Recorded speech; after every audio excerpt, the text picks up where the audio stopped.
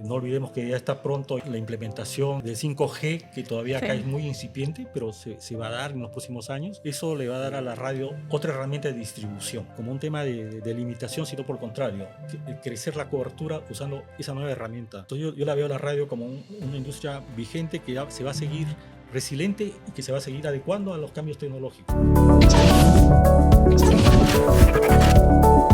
¿Te has preguntado cómo una voz se traslada por los aires para llegar hasta tus oídos? Hoy seguimos celebrando los 100 años de la radio aquí en este podcast de Arted y les queremos dar la bienvenida a un nuevo episodio. Este episodio es muy especial porque vamos a hablar acerca de la ingeniería, aquella magia que pasa adentro del equipo que tenemos acá. Y para esto no estoy sola, me acompaña un querido amigo, Manuel. ¿Cómo estás, Manuel? ¿Qué tal? Hola Eli, ¿qué tal? Bueno, muy contento de poder estar aquí en este programa, ¿no? Y además de este tema muy interesante que vamos a tocar el día de hoy. Hoy también no estamos solos, nos acompaña un ingeniero con larga trayectoria, 30 años de experiencia en radiodifusión. Estoy hablando de José Aguilar. ¿Qué tal, José? ¿Cómo estás? Bienvenido. ¿Cómo está, ingeniero? Buenos días. Gracias por la invitación. Y estamos aquí listos para poder hablar acerca de la ingeniería, su trayecto, las experiencias que tiene en radio. Y sobre todo queremos saber en qué momento llegó la radio a su vida. La radio llega realmente a mi vida cuando yo era estudiante de ingeniería. En los últimos años yo hago un curso de radiodifusión, pero la verdad que tomo, aparte del curso obligatorio, digamos, de radiodifusión, tomo un curso libre en la misma universidad, un curso de radio y televisión. ¿Pero por qué lo...? Lo tomé en principio por curiosidad, pero la verdad que el curso me cautivó y me mostró que ahí estaba mi vocación. ¿Más o menos en qué año estamos hablando? Estamos hablando de fines de los 80. Uy, ya la radio sonaba. Ya la radio sonaba, por supuesto. La radio Sí, sonaba y fue un tema que prendió, como dice, prendió el bicho y sigue apasionándome. ¿Podemos decir que la radio en sí ha marcado parte de su vida? Definitivamente. La radio es parte ya de mi vida, ¿no? Es más de la mitad de mi vida.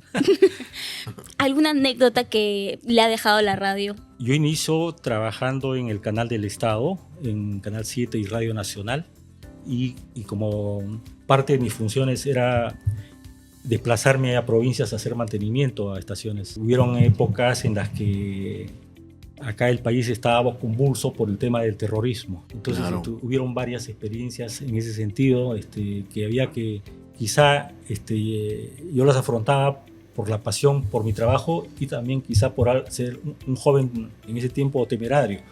Pero sí, fue parte, yo lo tomé como parte de mi experiencia y de eso pues hay varias experiencias y anécdotas, ¿no? Pero bueno, ya son varias décadas y seguimos dándole. Claro, muy, muy complicado de verdad poder realizar todo este trabajo en esos tiempos, ¿no? En esos tiempos donde a veces había toda esa inestabilidad política y a veces no sabíamos qué iba a pasar cuando se instalaba una planta transmisora o una antena, ¿no? Y bueno, hemos visto nosotros a lo largo del tiempo cómo ha ido cambiando, ¿no? Cambiando, evolucionando lo que es la transmisión, ¿no? En este caso, hablando de la radio, ¿no? Cómo empezó en sus inicios la transmisión desde que llegó la radio al Perú por onda media. Cuéntenos un poquito su experiencia, ¿no? En estos años que han pasado. Bueno, mi experiencia en lo que es radio, básicamente yo llego cuando allá a la industria, cuando ya incluso la frecuencia modulada ya estaba en marcha. Era un boom la frecuencia modulada, pero la radio en sí pues ha tenido una evolución que se ha ido adecuando a los cambios tecnológicos, ¿no? Sí. No nos olvidemos que la radio realmente acá en el Perú llega en 1925 por la Peruvian Broadcasting Company, que era una radio que operaba en bandas de onda corta, ¿no? Posteriormente ya al cabo de algunas décadas se va migrando a la onda media y posteriormente a la frecuencia modulada. Incluso casi uno de los últimos cambios fueron que la frecuencia modulada incorporaba las señales estéreo, donde podemos captar una mayor fidelidad de la música y de las conversaciones que se transmitían a través de la radio. Y también como los ingenieros han tenido que adecuarse a ese cambio. Sí, definitivamente. La ingeniería, como creo que la mayoría de carreras de ciencia, uno tiene que estar listo para irse actualizando. Quizá la universidad a uno le dan los primeros conocimientos y sobre todo le da el criterio a uno para poderse desenvolver. La radio es un claro ejemplo de una industria muy dinámica, ¿no? Que ha venido adecuando a todos los cambios de las últimas décadas. Ingeniero, ¿y cuál ha sido su primer paso por la radio? ¿En qué emisora llegó la primera? Sí, la primera, como les decía, fue Radio Nacional. Después de estar varios años ahí en el canal del Estado, bueno, ya paso a una empresa privada. Ajá, sí. Que manejaba en la radio, era la radio que manejaba, en la que yo también me desempeñé como gerente técnico, fue 1160, la empresa radiodifusora 1160. Su nombre era 1160 porque era el nombre, era 1160 kilohertz, lo que operaba en la M, pero también operaba una FM acá en Lima, en 98.1, y comenzamos a tener una cadena también a nivel nacional, se iba expandiendo a nivel nacional. Ese fue uno de mis trabajos también, estar a cargo de la expansión de la empresa a nivel nacional. Pero en ese tiempo la radio 1160, bueno, FM acá en Lima, que se escuchaba más, 98.1, era líder de sintonía.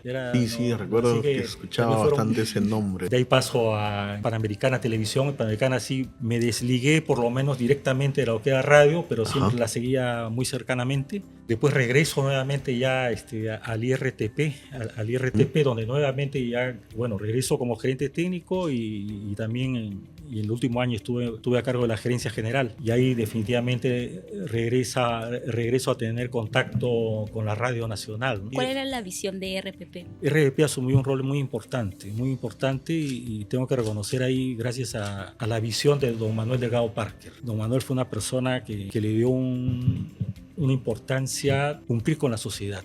Dio claras directivas de cómo teníamos que hacer en la radio, qué hacer, hacia qué público llegar. Y nos tocó pues, vivir la época de terrorismo, ¿no? Yo en esa época sí no trabajaba todavía en RPP, pero sí también quizá como muchos de nosotros, sobre todo las personas mayores, escuchamos en la época del terrorismo cómo nos acompañaba radioprogramas de Perú, ¿no? Hay algunos conceptos ahí que mientras conversábamos acá, ¿no? Para algunos la radio es este equipito que tenemos acá, un receptor, ¿no? Y bueno, para los que estamos detrás de este mundo de la ingeniería de la radio, para muchos es la planta transmisora, los equipos, los transmisores, con lo que siempre hemos trabajado, ¿no? Cuéntanos un poquito esa historia, cómo ha ido mejorando, cómo ha ido avanzando esta evolución, ¿no? De lo que es la planta transmisora y a la vez también de los equipos receptores, ¿no? También como ingeniero, nosotros a veces los ingenieros nos enfocamos en lo material, ¿no? en lo que realmente hace posible producir lo que nosotros estamos buscando, que es las ondas sonoras, las ondas electromagnéticas que finalmente van a ser captadas por un receptor.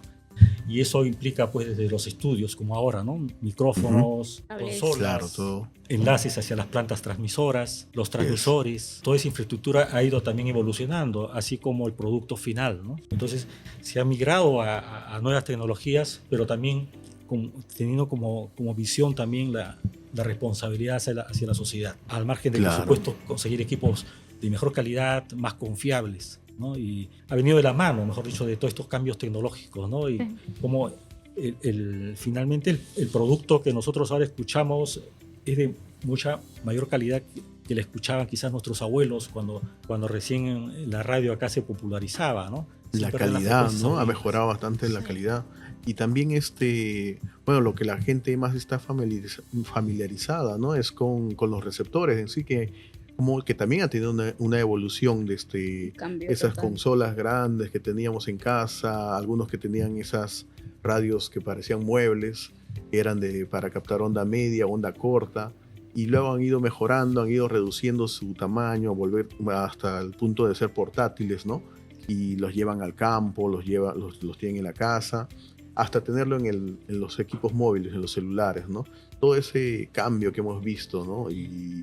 Y bueno, ¿hacia dónde vamos? Lo que va a cambiar definitivamente va a ser el medio de distribución. Vamos a seguir compartiendo medios de distribución tradicionales como la propagación de ondas electromagnéticas, las frecuencias libres, pero también vamos a alimentar otros medios de distribución ya sea Correcto. internet, mediante streamings o podcasts Claro. como los que ustedes están desarrollando en el programa. Así que la radio se va a ir adecuando, ¿no? Entonces, la radio va a mantener su vigencia, no obstante que puedan haber cambios en los medios de distribución. Entonces sí podemos decir que en medio de esta inmediatez se ha logrado mantener esa calidad en cuanto a lo que pueda salir, en cuanto a la radio y también a la calidad y ética al momento de transmitir la información. El tema de la ética ya es otro tema, ¿no? Es un poco más complejo que quizás Sí. no nos toque a los ingenieros, a Manuel, a mí, meternos en el detalle, pero sí deberíamos respetarlo porque justamente uno de los valores de la radio, que nos enseña la radio, es la responsabilidad, como les decía, hacia la sociedad en la que vivimos y a la que nos debemos, ¿no? Hablando del medio tradicional de distribución de radio, que es la cesión de frecuencias para transmisión de las señales radiales, el Ministerio de Transportes y Comunicaciones, que es el ente rector, pone como requisito una autorregulación. ¿En qué consiste la autorregulación? En que cada medio tiene que presentar un código de ética, ya sea de televisión o de radio. Quiero hacerle una pregunta a los dos, ya que ambos son ingenieros. Quisiera saber si ustedes han sentido como ingenieros o técnicos que han recibido ese reconocimiento por sostener o por hacer posible de que la comunicación pueda llegar hacia una persona y hacia otra. Yo sí he sentido eso, seguro Manuel también. Me ha tocado poner en marcha varias estaciones de televisión y de radio, o en otros casos mejoramiento a las estaciones existentes. Para mí el reconocimiento más que suficiente es la satisfacción del radio oyente o del televidente cuando refleja en su rostro poder haber accedido a la tecnología. En su casa escuchando una radio o prendiendo un televisor. Me ha tocado en muchas oportunidades ver eso. De igual manera, bueno, ¿no?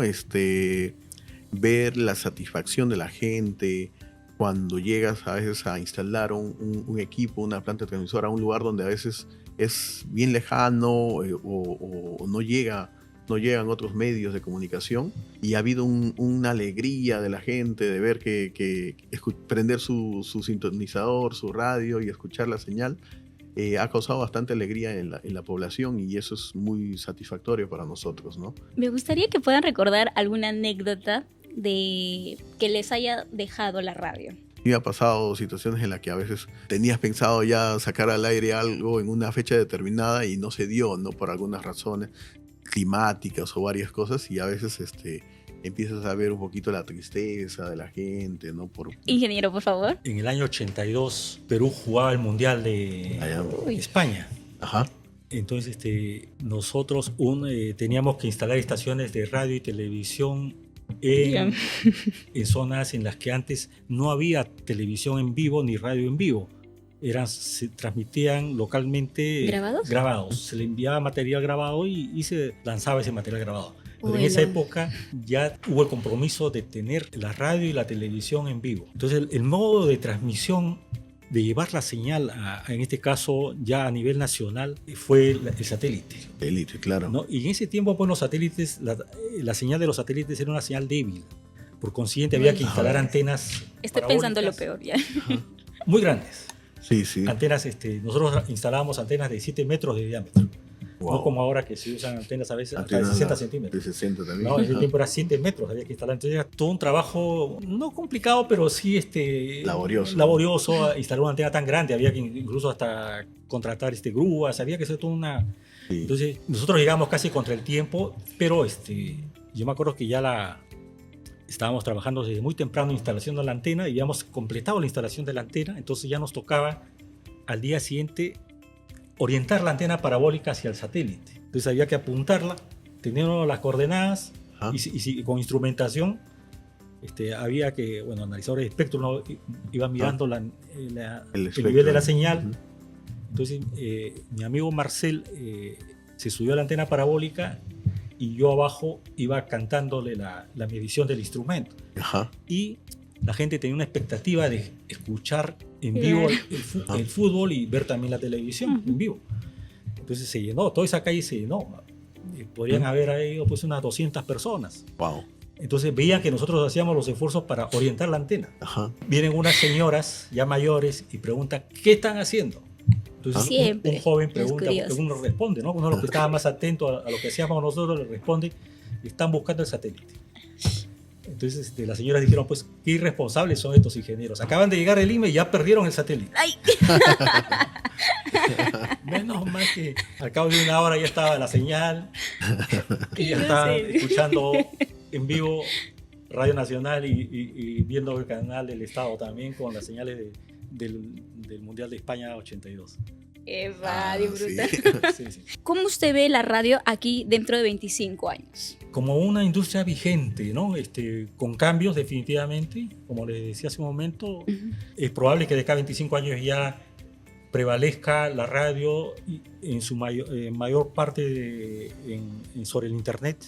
No olvidemos que ya está pronto ya la implementación de 5G, que todavía acá Sí. es muy incipiente, pero se va a dar en los próximos años. Entonces eso le va a dar a la radio otra herramienta de distribución.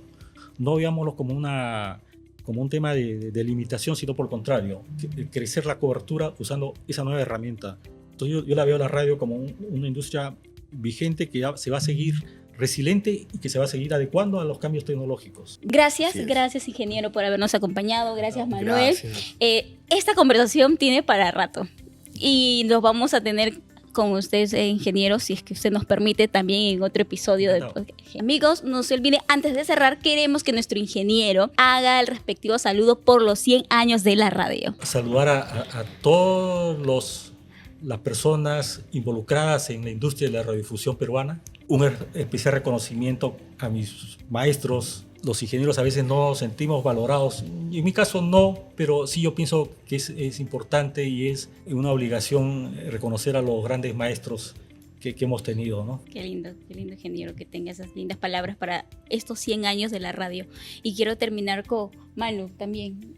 Bueno, felicitar a todos los que trabajan en estos medios, ¿no? De radiodifusión. Bueno, la radio, alguien dice, vino para quedarse, ¿no? Lo único que cambia es el vehículo, ¿no? A lo largo de varios años ha cambiado de vehículos desde la onda media, la AM, la FM, y ahora se ha trepado en el streaming y sigue llegando a los hogares de todos los oyentes, ¿no? Y bueno, y seguirá, ¿no? Si siguen mejorándose o evolucionando los medios de comunicación, también seguirá llegando a los hogares en distintos medios, ¿no? Y bueno, saludarlos a cada uno de ustedes y que nos sigan viendo en otro capítulo, ¿no? Así es, Manuel. Muchas gracias a toda la audiencia. También agradecer a nuestros invitados del día de hoy y nos vemos en el siguiente episodio de Artet.